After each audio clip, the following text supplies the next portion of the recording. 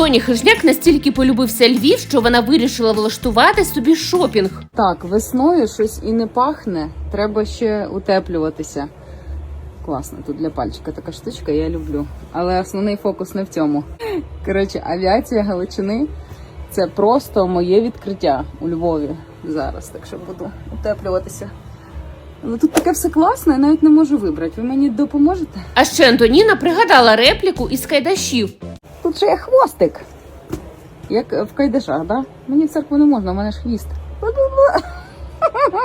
Ну і на цьому примірки не закінчилися. Дивіться далі.